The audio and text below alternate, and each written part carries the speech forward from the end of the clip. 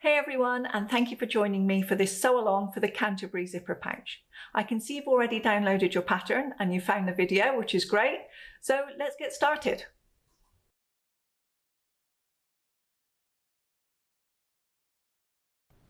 Once you've downloaded your pattern, the first thing to do is to head over to the cutting chart. This pattern is super simple. As you can see, it's all just squares and rectangles. So there are no printable pattern pieces needed for this pattern. There's a cutting chart instead. So on page 3 of your pattern, you'll find your cutting chart, which is split into 2 sections.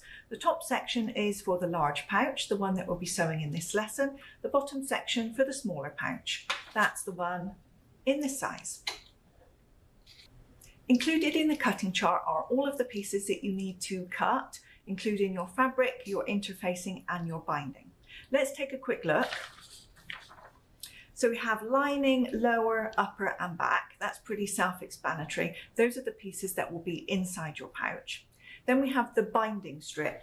The binding strip is this piece which goes all the way around the outside. Then we have our front lower, which is this piece, the front upper, this piece, the outer back, which is this piece, and your zipper binding, which you cut to, and these are the zipper bindings, the piece here. So that just helps you to identify which colours you might want to cut or which fabrics for each parts of your Canterbury pouch. If it helps you to identify the pieces, you can actually cut out these little labels and then pin them to your pieces of fabric as you cut them. Because this isn't a complete beginner's class, we're not going over how to cut fabric in this lesson, but I do recommend that you use a rotary cutter and a quilting ruler because it'll make it much easier to get accurate cuts using these dimensions. I should also say if you're cutting with inches, then cut all of the pieces with inches.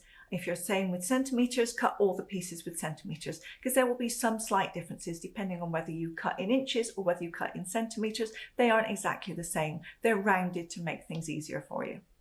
So here I have all of my pieces of fabric cut. I've got my binding and zipper binding pieces here. Here's my zipper. These are my lining fabrics, and I'm using this cute one with the bumblebees for my outer fabric. I've gone ahead and fused interfacing to all of my pieces, both the outer fabrics and the lining. If you're more experienced, then depending on what thickness of fabric you're using and what interfacing you've chosen, you might perhaps choose to interface just the outer fabrics and not the lining. That's a personal choice, depending on what interfacing you're using. For my bag, I've used the Pelon's Shape Flex, the SF101 interfacing, and added it both to my outer and to my lining fabrics. Once all of your pieces are cut and interfaced, we're ready to start sewing.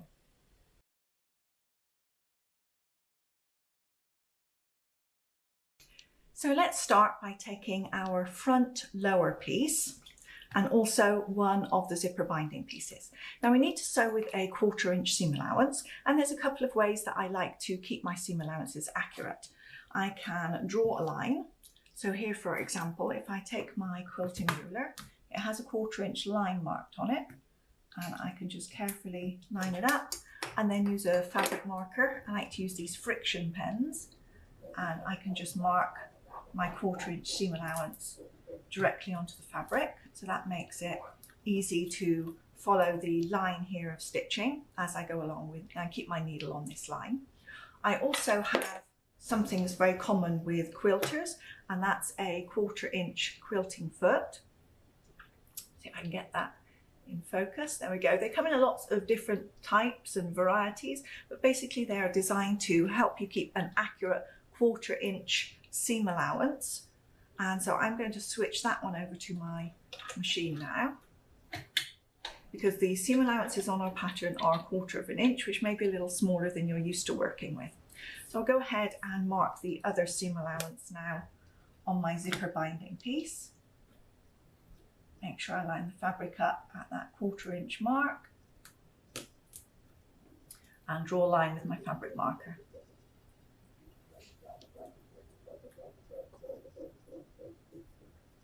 So you can use a 1/4 inch foot, or you can mark your fabric, or you can do neither, depending on what you're used to working with. So now let's take this lower piece of fabric from the front of our bag. If I have a directional print, then the print would be going in this direction. This here would be the top. And I'm going to place my zipper binding along that edge. As you can see, we've cut it a little bit longer just to give us an extra bit of wiggle room.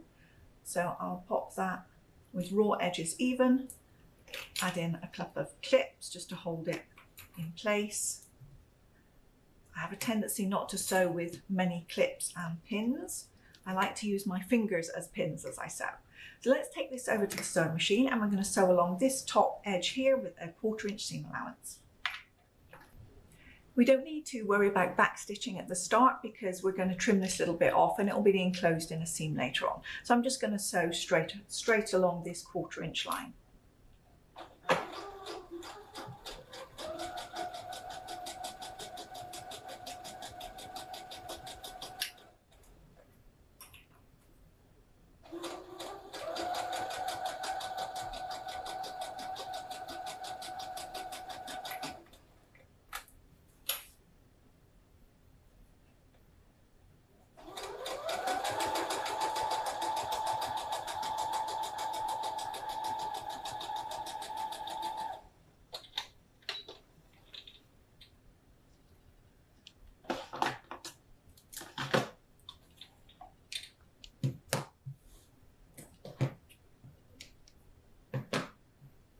Now we take this same piece, just press the binding up out of the way for a moment, because now we need to add our lining fabric. So I'm going to place my lining fabric right side up. And again, if you're using a directional print, the top of the fabric will be here, attached to the zipper binding.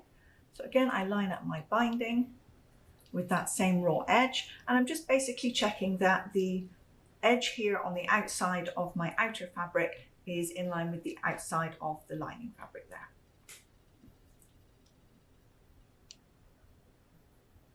A few clips. And again, just double check that you have the right sides facing. You have the right side of the outer fabric and the right side of the lining facing. And now again, we'll stitch along here with a 1/4 inch seam allowance.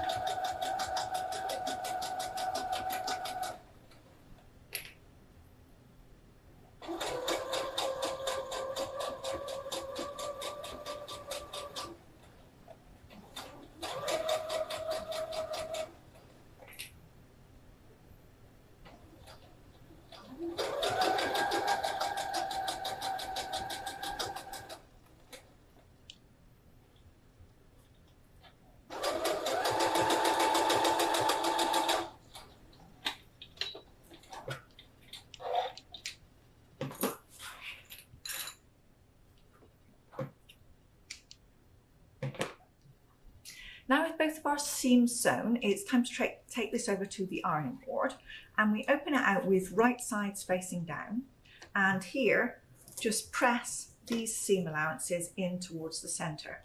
We want to give it a little pull as we do so to make sure that this zipper binding is lying nice and flat here. Give it a little pull and press these seam allowances down. I'm going to take it over to my ironing board to make sure that I get a really good finish on that. Once our piece has been ironed with the seam allowances in the centre, we're now going to fold it in half and just make sure that our binding piece here at the seam, we're going to make sure that those parts are even, and the same over on this other side. And again, take it back to the ironing board and give it a nice press so that you get a nice crease along this edge and it's nice and flat and smooth. This next step is an optional one, but one that I do recommend, and we're just going to top stitch. You have two choices here. If you are able to look closely at the Canterbury here, the small one that I have sewn, I have done a line of top stitching, which is just underneath the line here of where the seam is. So you can just see the line just here. So this is your first choice. You can just sew a little bit underneath where you have your zipper binding. Or if you prefer, you can stitch in the ditch along here and try and make that line of stitching invisible or near invisible. So I think perhaps you can see here a little better. I have a line of stitching which is just underneath, or your choice would be to stitch in the ditch. Sewer's choice for that one. So I'm going to try stitching in the ditch on this one because I had the other one with the stitching just underneath. So I'm going to line up my needle very carefully. And again, sewer's choice with this one in terms of your stitch length. I'm just going to stitch with my regular length because actually I want my stitches to be more hidden than I want them to be a feature. And I'll turn down the speed on my sewing machine, so that will help me hopefully stay a little bit more accurately, because I really want to get my needle exactly in this area where the two seams have met from before.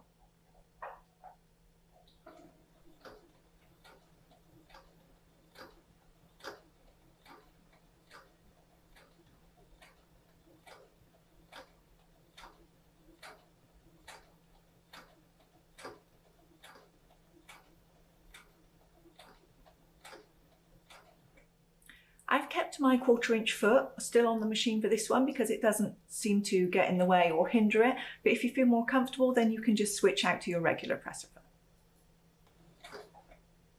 So I'm going to carry on stitching and I'll see you back here when I'm done.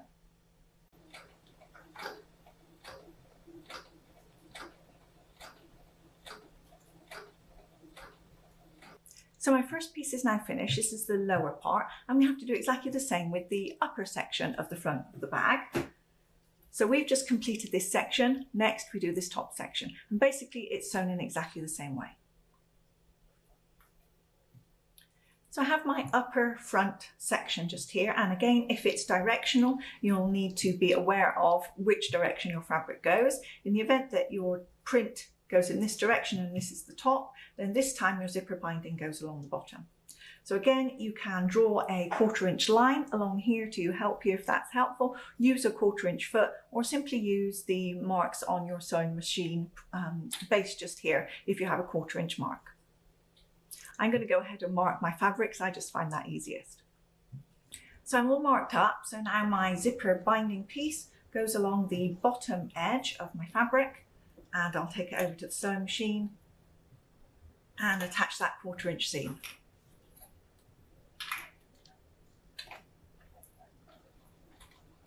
I can remember to turn the speed back up on my machine now.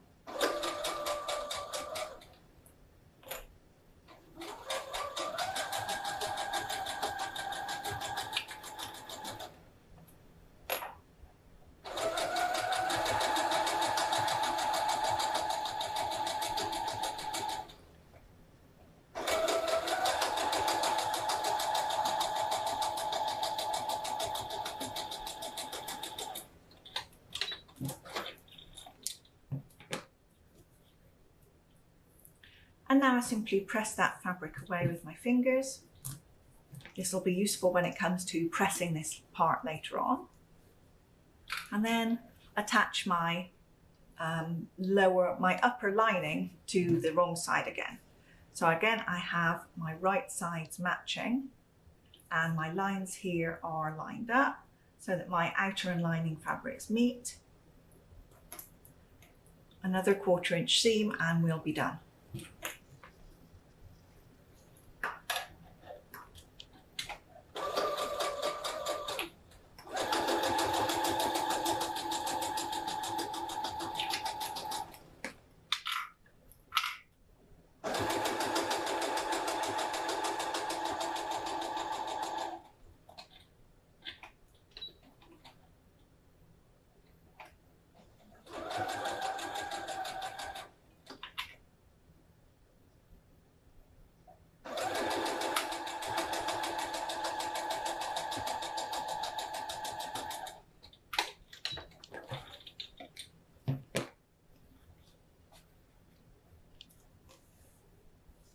So now this piece goes over to the ironing board, and exactly the same as before. Give it a little tug to make sure everything is laid out nice and flat.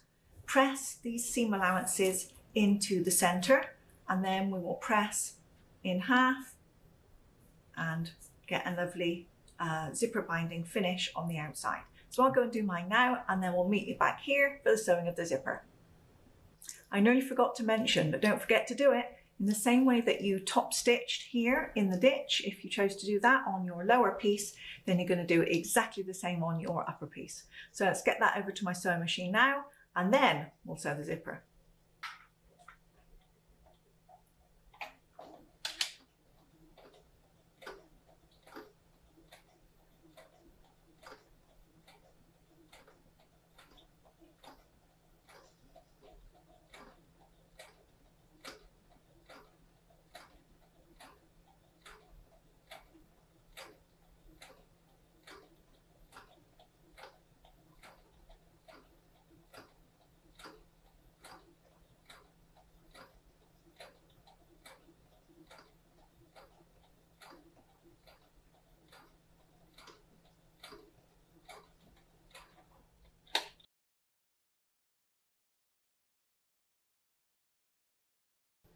For this next step of sewing the zipper, I highly recommend using either a fabric glue such as Fabri-Tac or something like this one. This is a Sewers and Quilters double-sided basting tape, and I'm going to use this one. It's just going to help us to hold our zipper in place a lot more accurately than if we were using pins or just holding it in place with our fingers as we sew. So we will take our lower front panel, and I'm going to put that face down and just cut a piece of basting tape, which is more or less the same length. And then just press this along the back of the fabric. I want it to be towards the upper edge. The edge is going to face the zipper, but I don't want it to be exactly right on the edge because I don't want any chance of it peeking through once the zipper is sewn. So it wants to be close to the edge, but not on it.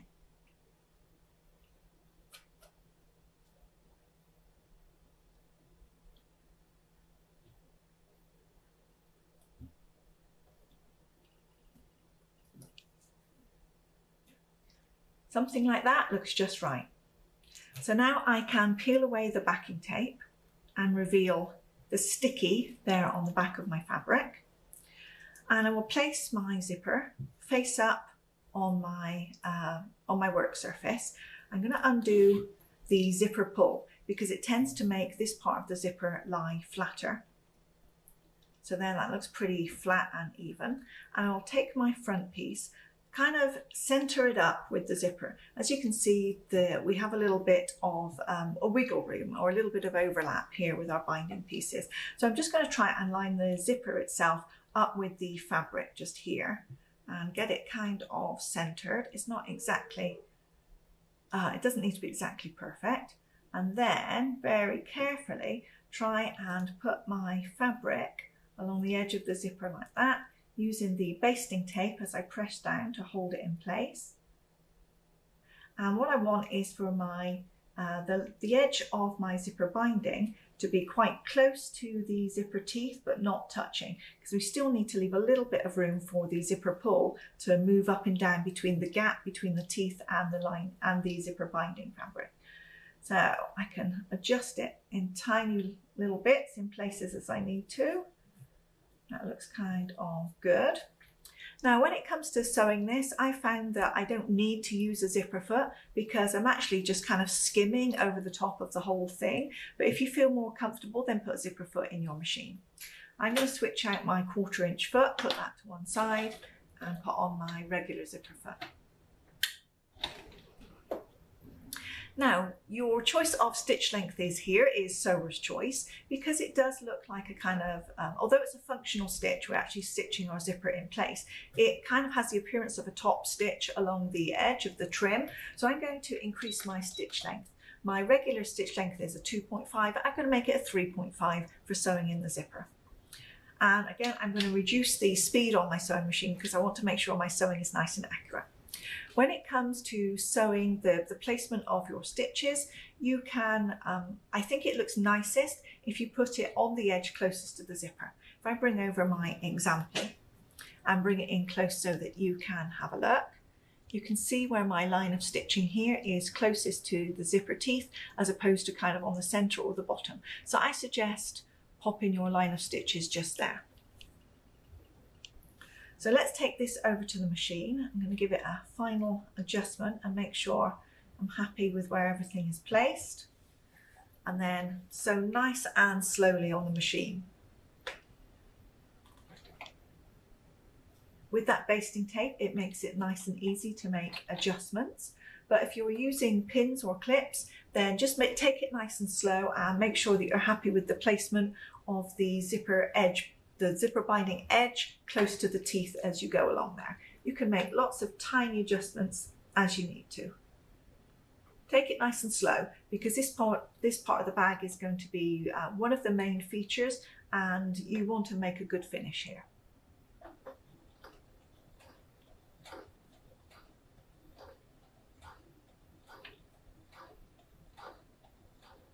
So my regular foot is doing just fine. It's running right over the top of the zipper, and it doesn't look as though I need to change out to my zipper foot. I'm going to make another slight adjustment there. So I'm going to lift the foot, keep the needle in place, move the zipper tape, Okay, that looks good. Sew a little more. And I can slow as slowly as I like and adjust as many times as I like to get that perfect finish.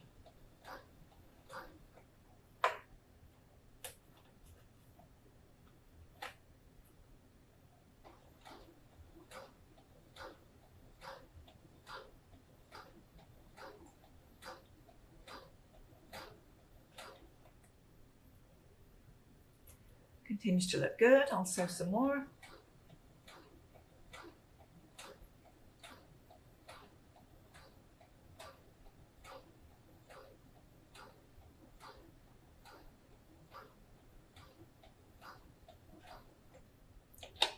Slight adjustment I think needed here. And it's easy to lift up that basting tape, straighten the zipper, straighten the fabric, and then just press it back in place. Press your foot down and we can keep sewing. Now at some point, of course, we're going to come across this zipper pull and our sewing foot is definitely not going to go over that zipper pull. So we'll need to pull that out of the way. And exactly the same as when you're sewing a regular zipper, you'll just leave the needle down, lift the presser foot and move the zipper pull past where you've sewn and then continue sewing. Otherwise you are going to get something which is uneven as you get towards the end of your zipper.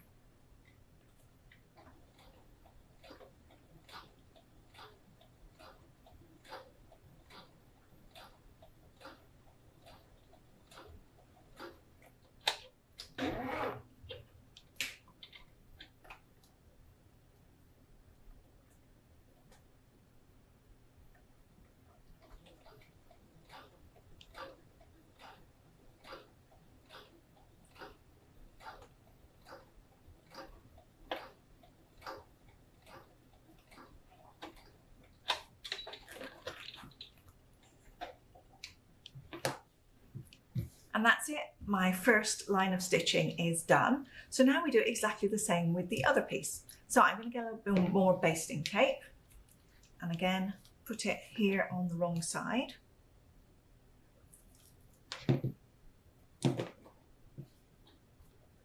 Right there.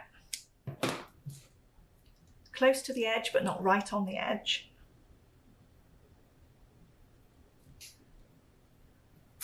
Push it in place, remove the paper, which can sometimes be the trickiest part. There we go. And now as I bring this back, again I'm going to open the zipper because I find it makes the zipper tape straighter and give me a better finish.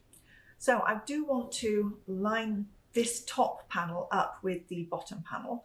So I will close the zipper together, even if it's not actually closed, so that I can make sure that I'm pretty much lining up these panels because I want these sides here and here to be pretty even. They don't need to be perfect or exact because we are actually going to trim this a little bit, but we may as well do the best job that we can, right?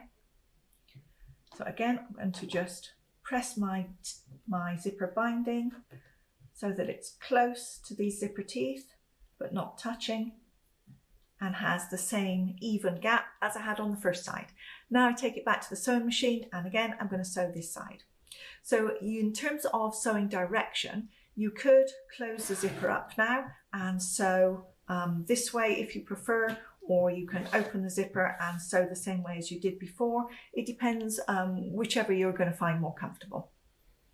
I find that I like to sew with my zipper binding on my left hand side because then I can somehow keep a better eye on where the needle is going to fall. So in that case I'll just fold this piece a little bit and put some clips in here so that it's not going to be in the way in the inside of my sewing machine bed.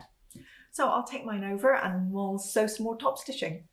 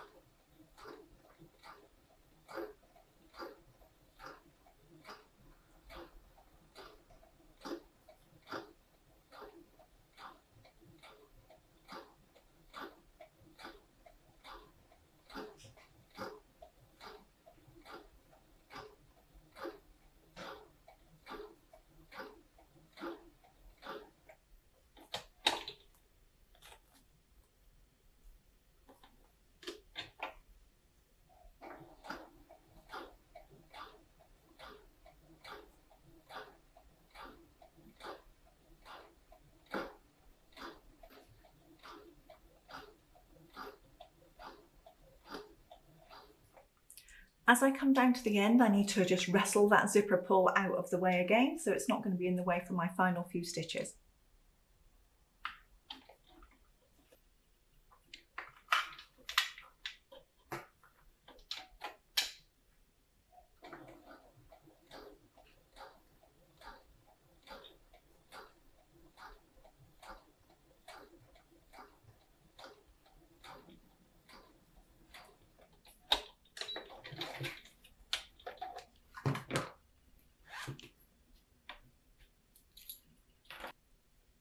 And that's our zipper in and the front part of our bag assembled. If you like, take it over to the ironing board and give these zipper bindings another press just to make them look super nice.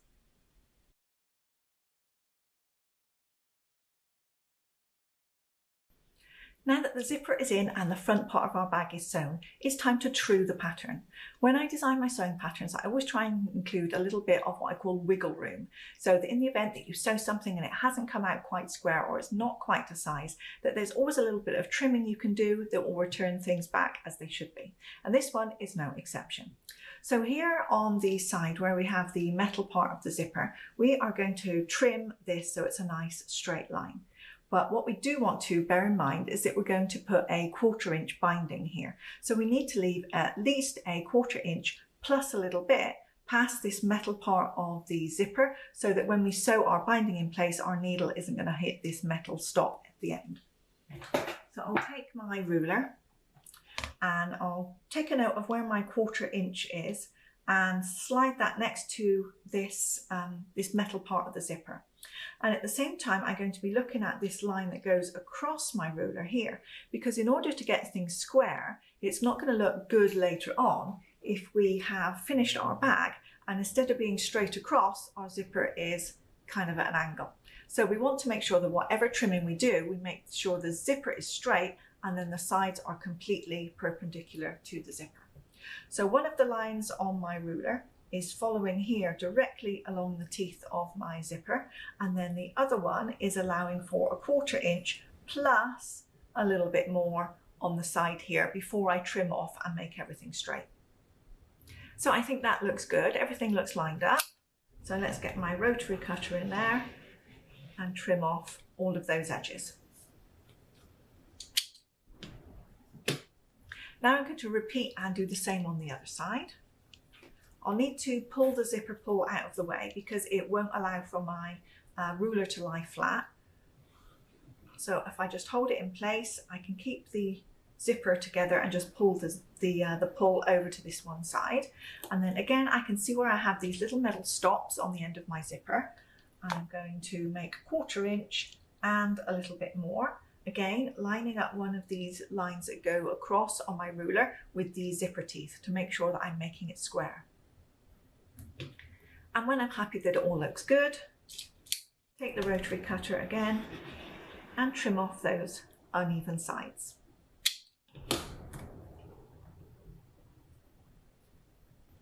Now the finished size for our piece for the large is 10 inches square and for the small is 8 inches square. So now that we have trimmed our sides, we also need to consider the length of the piece from top to bottom. And again, a little bit of wiggle room is included in case things haven't quite lined up properly. So we need to measure the top to bottom on our large and make sure that's 10 inches square. So I'm going to lay my piece flat, make sure my zipper is nice and together, and then use the 10-inch line on my ruler to just have a look and see. So we've got quite a bit here at the top that I could trim off. So I think I will trim a little bit there and maybe a little bit at the bottom too. And again, I'm going to use one of these lines on the ruler here to line up with the zipper teeth. So let's see, maybe this one here, a little bit more. There we go. So I have this line here with my zipper, and then I'm going to just trim off a little bit at the top just here. So now I know that is nice and square, and I'll do the same at the bottom, taking care now to make sure that I'm measuring my 10 inches. So my 10-inch line goes here along the top of the pouch, turn that over and trim. Okay, so we now have our completed front piece. Pop pop my ruler off to the side. And now, because we have trimmed a little bit, we do need to bring in our lining and our outer back and make sure that these are the same sizes. They should still be the same top to bottom, 10 inches, but we have narrowed our piece a little bit, so we may need to narrow our other pieces. So I'm going to lie them on top of each other and square them up. Put my front piece on the top. The top to bottom measurement should still be 10 inches, so that should be fine. But I'm going to line up my side just here so that I can trim off any extra that I don't need on those pieces. Okay, let's get my zipper pull out of the way. And then I can now just take my rotary cutter and run it down the side here to make sure everything is now the same size.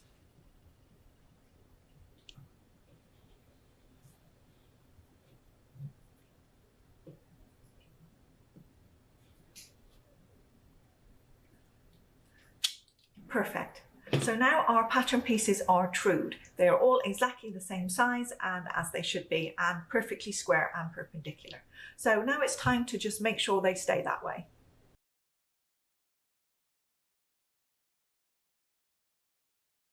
So our pieces are all cut, and now it's time to assemble them into the bag itself.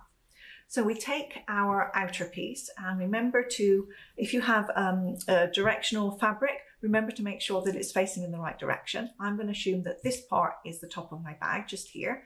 So that will be my top. Let's get rid of a few of those threads. This is my lining. My top goes face down. My lining goes face up. And again, if it's a directional print on my lining, the top would be here. Let's line those up. And then my front piece goes on top. And again, the top is at this side. Now it's time to just double check that we have all of our fabrics in the right order.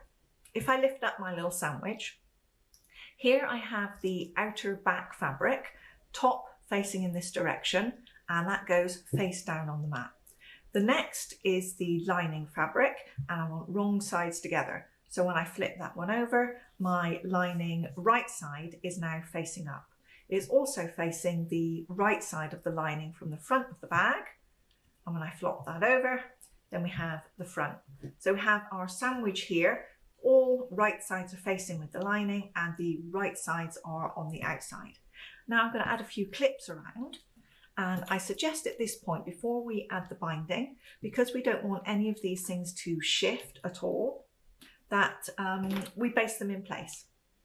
So I'm going to just pop a few clips to hold everything in place, especially here around the zipper, because I want to make sure that doesn't slide or open while I'm adding the binding. And then I will baste those in place. I like to use a zigzag stitch for basting. So I'm just going to set that now on my machine and make it perhaps just a little bit wider and a little bit longer than usual, because we are just basting with it. And then I'm going to baste around all four sides with the zigzag stitch to make sure all of those layers stay in place.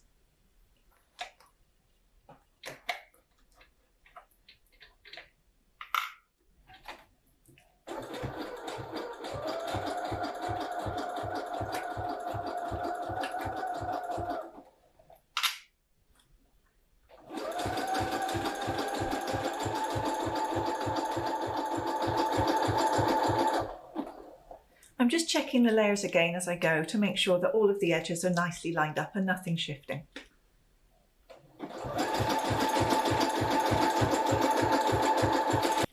The really good thing about using a zigzag stitch for basting is that if you do need to undo it for any reason, or you need to remove those basting stitches and just change anything around, then it's really easy with the seam ripper. You just pop your seam ripper under the zigzag, push it all the way through, and suddenly everything is cut and it's all loose. So I find it much easier to do that instead of using a running stitch.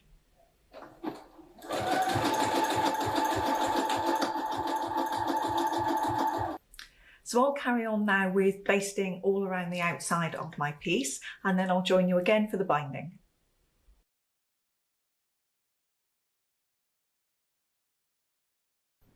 Now it's time to sew our binding, and I thought it might be useful to just spend a quick few seconds talking about the difference between binding and bias binding.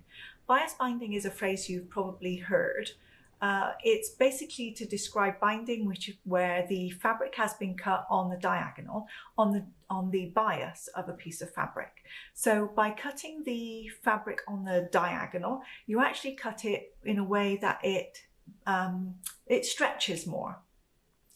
If you cut a piece of straight binding, then you just have fabric which is cut across the width of the fabric like this, and there's a little bit of give in it. I don't know if you can show that you can just see it stretches just a little bit, but it's very different to bias binding. Bias binding, when cut on the diagonal of a piece of fabric, has a lot more stretch in it. And the reason you would use that is if you want to sew around a curve or around a circle, then you would use the stretch in the bias binding to allow the outer edge of the binding to stretch around the curve or the circle that you're sewing it to. In our case, because we are sewing around a square or a rectangle, we don't need any stretch, and in fact stretch might be a difficult thing to deal with if we don't need it, so we're using straight binding. So you just cut the straight binding straight across the regular width of your fabric. However, because it does have this little bit of stretch, what we must be careful with is not to actually pull the fabric and stretch it while we apply the binding, because if we did that, when our pouch was finished, our corners would kind of like turn up a little bit at the edges where our binding was pulled just that little bit too tight. So as we apply the binding, I want you to make a conscious effort just to let the machine pull the binding through. Keep it nice and loose and even with the fabric underneath, but without stretching it. Otherwise you'll end up with those little turned up corners later on, and that's not going to look quite so cute. Okay, so I've got my binding strip and I've got my pouch. I'm going to start at the bottom by laying the binding strip across the bottom like this. Let me pop a couple of clips in just here. And I don't want to sew all the way across, and you'll see why later on, because we will have to join the binding here at the bottom when it comes to finishing it. So we're going to leave a little bit unsewn for later on. So I'm going to start maybe just from around halfway, maybe a little bit more. So I'll start from around here and stitch towards the corner in that direction. So I've switched back to my quilting foot on my sewing machine because we're sewing our binding on with a 1/4 inch seam allowance. Of course, if you feel more comfortable, then you could, there's no reason why not, that you go along your length of binding and just draw your 1/4 inch seam on the fabric if that makes it easier for you to follow. But I've got my binding foot set to a regular stitch on my sewing machine, and I'm going to start sewing at around just past the halfway mark, maybe a little bit more, on the 10-inch pouch, probably at around the 6-inch mark, on the 8-inch pouch around the 5-inch mark from the corner behind. And we will need to do a little bit of back stitching because we do want to secure this in place. So just a few back stitches before we start sewing, and I'm keeping an eye closely on my 1/4 inch foot to make sure it's going roughly along the edge of the fabric here, and I'm going to sew towards that first corner. Oops, well already I wasn't paying proper attention, I went off, but no worries, I can correct. There we go, let's put that back down. There we go, that was much better. It happens, we can always correct it. So I'm coming down towards this corner, but I'm not going to finish at the corner. I'm going to stop a little bit before. So let me keep sewing all the way down so far, keeping that 1/4 inch seam allowance. Now on my 1/4 inch foot, it actually has little marks along the side. So I can see when I've got to 1/4 inch from this edge, the edge which is closest to me. If you haven't got that, then maybe you'd like to measure it or just eyeball it or just mark a little bit on your fabric, because we need to stop stitching a 1/4 inch before we get to the edge or the corner. I'm going to use the guide on my presser foot to tell me when to stop.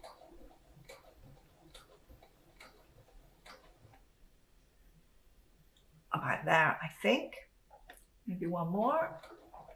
And then I'm going to pick up my presser foot, turn my fabric 45 degrees because I want the point of the corner to be facing directly at me. And then I'm going to keep sewing basically towards that corner until I sew off the edge. And I'm off.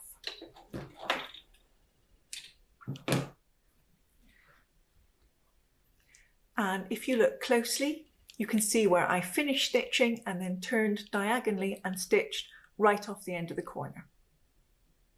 So now we need to turn the corner on our binding, and to do that we basically put the fabric up and away at 45-degree angle, and this is why we have this 45-degree here right in this very corner. If we'd stitched all the way to the end, we wouldn't be able to make that 45-degree corner with the binding. So the binding goes up away at 45 degrees from our next edge and then comes back down. And basically we line up our binding here and we line up here so that we get a corner. And I can actually put a clip in there just to help. So underneath we still have our 45 degrees, and then here we've now successfully turned, so our binding is now following this next edge. So I'll take this back to the machine. The clip's a little bit in the way, so I get that out now. I line up with my 1/4 inch, a couple of stitches to secure, and now I can continue on stitching along this new line. Again, I'm just lying my binding fabric along here. I'm not pulling it taut because I don't want those turning up corners on the bag when it's finished.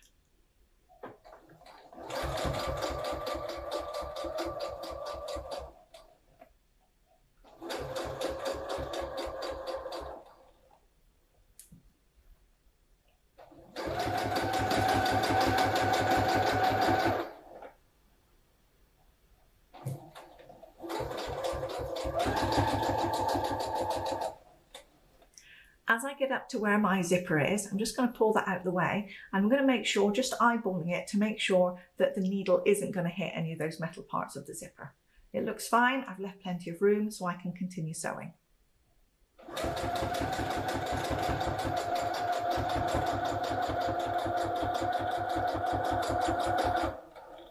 And then again, as I get to my corner, I stop when I'm a 1/4 inch before the corner and turn that diagonal and sew off the corner.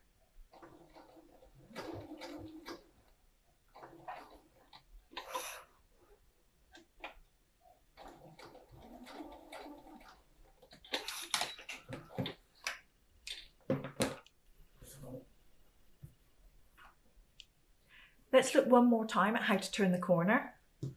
The fabric goes up at 45 degrees and then folds back down so that it's square at the end and the edge of the binding follows the new edge. I can put a little clip in there just to hold it. Make sure it's accurate. By getting it accurate now, we'll get a much better finish later. There we go, that looks good. And I'm ready to sew my next side. So I'm going to continue on until we get to our last corner, and then we'll have a look at what to do next.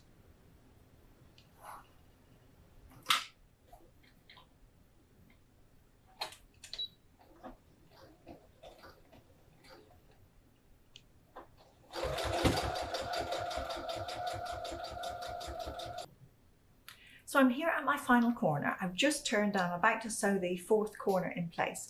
Instead of continuing on to where we have the unsewn part along the bottom of the bag, I'm just going to sew around 1 inch or just a little bit more, and then backstitch and take it out of the machine.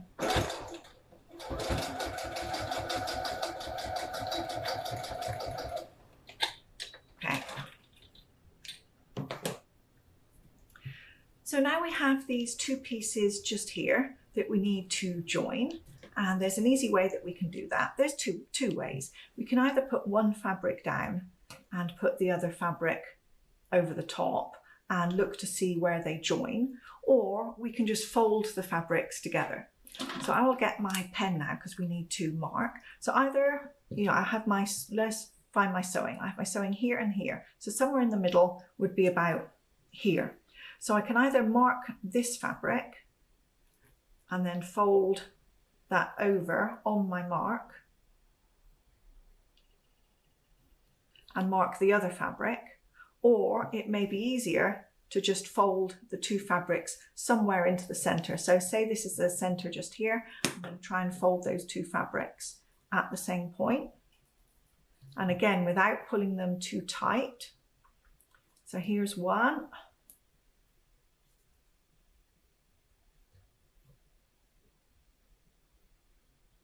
and here's the other. So those two fabrics now meet, and I can finger press here so that I can press a little crease into those fabrics. That should be good. Now we need to join them at that point. So you can either, again, mark your fabrics if you prefer with a pen. I can draw my line here where the crease is. Or you can just use your crease as a guide.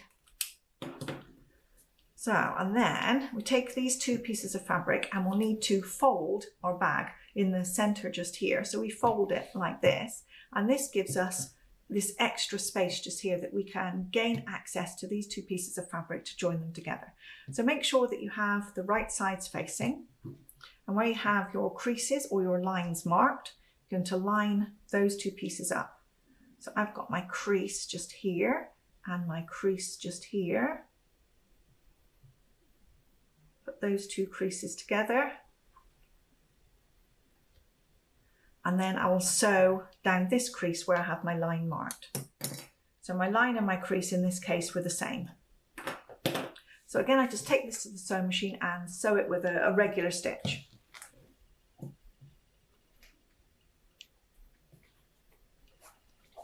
It can be just a little bit tricky to keep everything together. So if you feel the need to, then put a couple of pins in there to hold it in place. I'm double checking everything's lined up.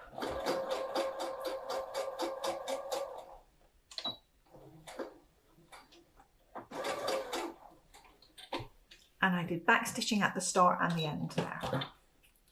Let's trim some of these threads out the way, and then we can get a closer look.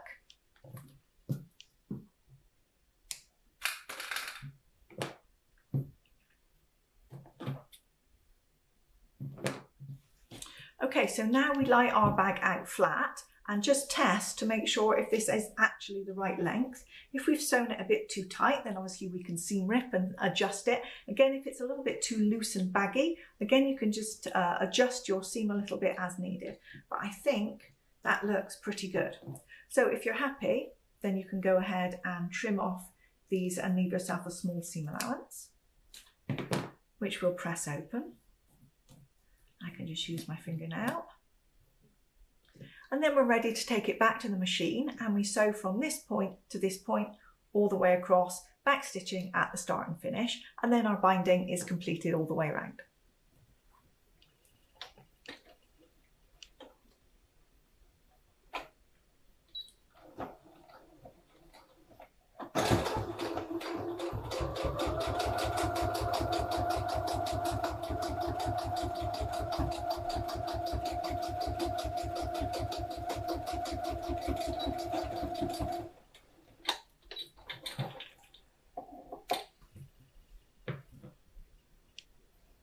So I'm going to take a minute to just trim off all of my loose bits of thread, and then we'll come back and we'll have a look at what to do next.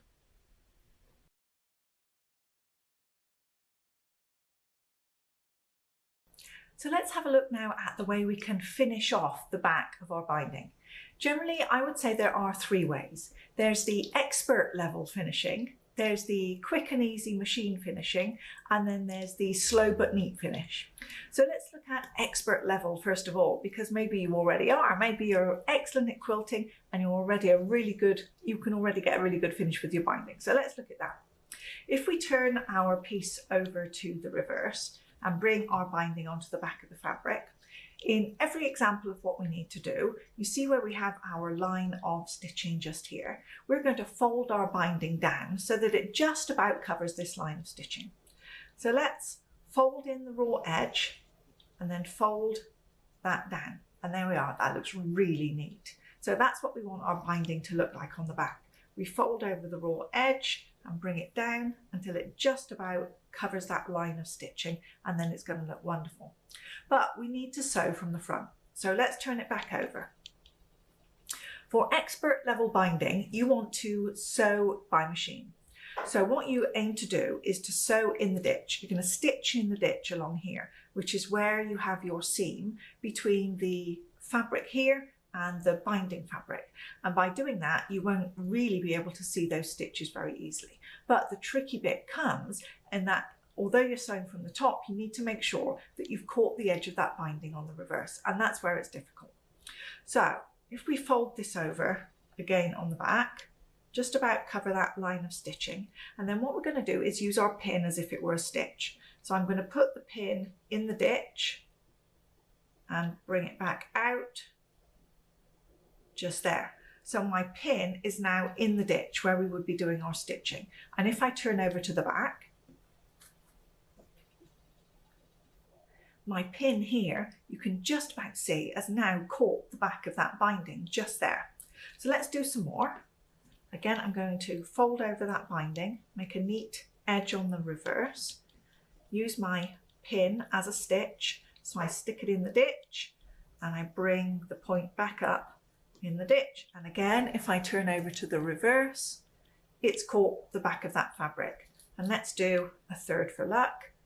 So I folded in the neat edge, pinned in the ditch, brought the pin back out in the ditch, and we've just about caught the edge of the fabric here on the reverse.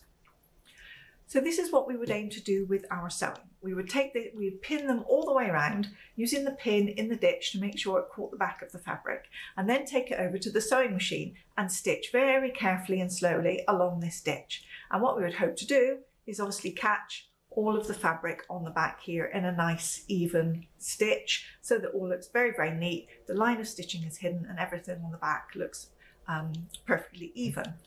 And if you're an expert level sewer, or you have a lot of experience with quilting and stitching in the ditch or sewing binding, then you may be perfectly able to do that. I find it difficult, I will admit, even with many years of sewing experience behind me. Sometimes, as careful as I am, every time I move these pins, because we have to move the pins in order to stitch, because they're right where our stitches need to go. As you move the pin, the fabric behind, it only has to move just a little bit, and suddenly your careful stitching from the front has just missed the edge of that fabric on the back. So you finish sewing all around the front, everything looks beautiful, and then you turn it over and find there's a few places where you've missed the very edge of the binding, and the binding is just that little bit loose, and then it's really difficult to fix it because you have to unpick it and try and do it again, and it's difficult. So that is our expert level binding. If you think you can do it, by all means go ahead and give it a try. I suggest that if you've not done something like that before, then perhaps you just make up a quick practice project to work on and have a little bit of practice before trying that expert level finish. So the next one I would suggest to you is the quick and easy method. And we would start off doing it exactly the same way. I'm going to bring in some clips for this one. So again, we would go to the reverse, and where our binding is, it folds over beautifully neatly. And I put a little clip in just here. And again, fold in a little more. Put my clip, a little more. And again, I would continue all the way around until everything is neatly clipped in place. And then again, we need to sew from the front. So I take this over to the sewing machine, and this time, to make it a little bit easier, instead of stitching in the ditch, what I would do was actually take one of the decorative stitches on my sewing machine, because you could use a zigzag stitch, or I don't know about your machine, but my machine has a lot of very decorative stitches, and the thing about them is they are wide. So instead of having a single row of stitching, which might miss this part of the line of the binding here on the back, if you use a decorative stitch, suddenly it's wider. You aim the center part of your decorative stitch along the ditch just here, and it goes a little onto the fabric, it goes a little onto the binding, but when you turn it over, you have so much of a wide stitch there that you're absolutely guaranteed to have caught the binding. In one of my early tests for this project, I actually did a finish just like that using one of my decorative stitches, and this is what it looks like. Let me bring that in closer so you can take another look. So here you can see I've used the decorative stitch and I've centered it along the binding at the top. It covers part of the fabric and it covers part of the binding, and then when I turn this to the reverse, There you can see that my decorative stitch has caught the binding. And if you look carefully in this corner, I'll admit I wasn't sewing too carefully because this was just one of my practice projects, but you can see where the binding moved a little bit. And if I hadn't had that decorative stitch, the extra width, it definitely would have missed there. And this part of the binding would have still been loose when I'd finished. So this is the quick and easy method. If you want to do it by machine, then use a wider decorative stitch and you'll be able to sew along the ditch at the front and be sure to catch the binding on the reverse. The third method I suggest for finishing the reverse of your binding is the slow but neat version. And I have to admit that one's my favourite. Let's bring over an example. So here's my finished piece using the slow but neat version. And as you can see, there's no visible stitching from the front at all. I've not stitched in the ditch and I've not used a decorative stitch. And the reason why, if you turn over to the reverse, you can also not see any stitching. And that's because I've entirely hand stitched this one. So of course it takes a little extra time, but I actually find it quite therapeutic. I sit there with a cup of tea, put the radio on and just relax as I do a little bit of hand stitching, knowing that it's actually going to give me the best possible finish. So if you'd like to give that a go as well, let me show you how it works. So I have my needle and thread, and I find it best to use a thread which is going to match the colour of your binding. So I've got a grey, and we'll start off by just pinning our edge here in place because that makes it easier. We've already got our hands to deal with the sewing needle, so the clips will help us to keep the binding in place. And then I'm just going to lift the binding a little and take a little stitch here. I've already got a knot in the end of my thread, and that will get me started and hide the knot. And then where the thread comes out just here, I'm going to take a tiny little stitch of my fabric, and I want it to be as close as I can to the bottom of that binding. And this just gets me started.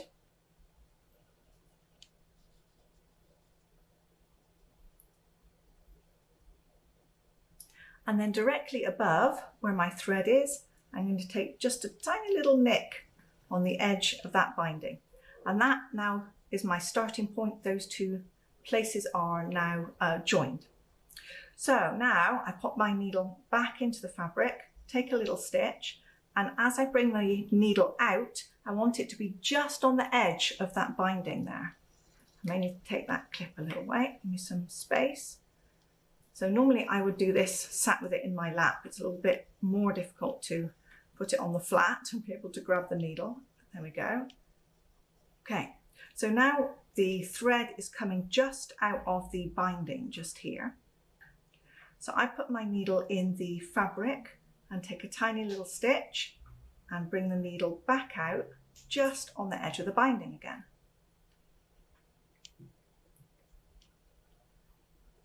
And again, these 2 points are now joined. Exactly the same, where the thread comes out, my needle goes in on the fabric, take a little stitch, and it comes out on the edge of the binding.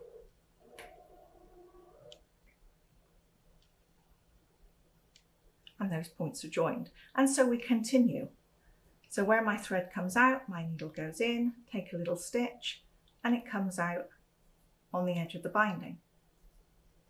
Now, all the time you're doing this, you aren't pushing your needle all the way through, because if you did, it would come out the front and you would see these stitches just here. So we're not doing that. We're just taking a little stitch in the fabric layer that we have just here and not going all the way through. And there we go, come out on the edge of the binding, pull it through. And that basically is all there is to it. I'm going to continue along here until I get to this corner, and then I'll show you how I do a corner. It can be a little bit awkward. So I'm just coming up to my corner and I've stopped my stitching exactly where our 1/4 inch seam line comes along just here, because as we fold our binding over, this is where we want our second line of binding to come along this line. So I've stopped my stitches just there on this point. And now if I hold this out of the way, it's just a case of carefully folding this line over. And again, that just crosses our line of stitching and we hold it in place. with some clips.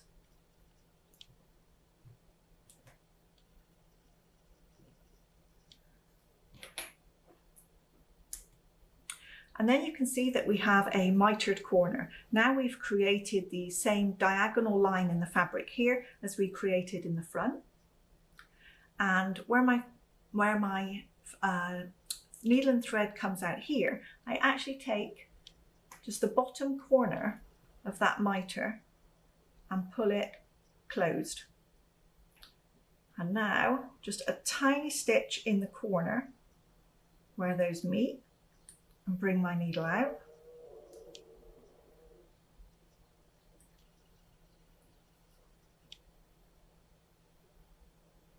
And you can see we have a little stitch just here and one underneath. And now I'm good to carry on stitching in this direction. So I just turn around and now carry on. I may need to pull it a little tight just to pull those threads in, and now I'm good to go. My corner's turned and I can carry on in this direction.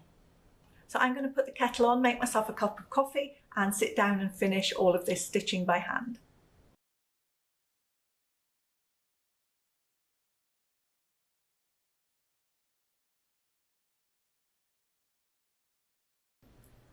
Let's look at finishing these corners one more time.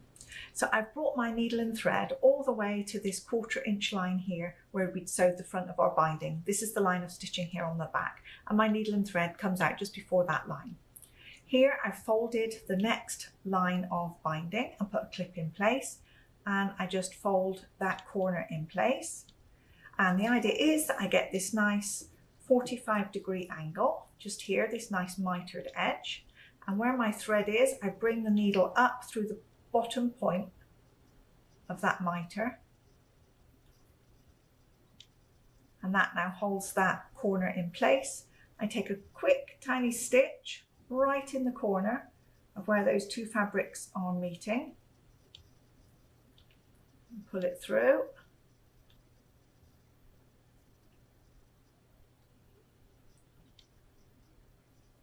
And that holds that corner down nice and tight in the corner, makes that nice finished edge. And now I'm free to continue turning and sewing along this edge just here. Just remember that if your corner didn't fold perfectly right the first time, there's nothing to stop you going back and folding it again so it looks much better.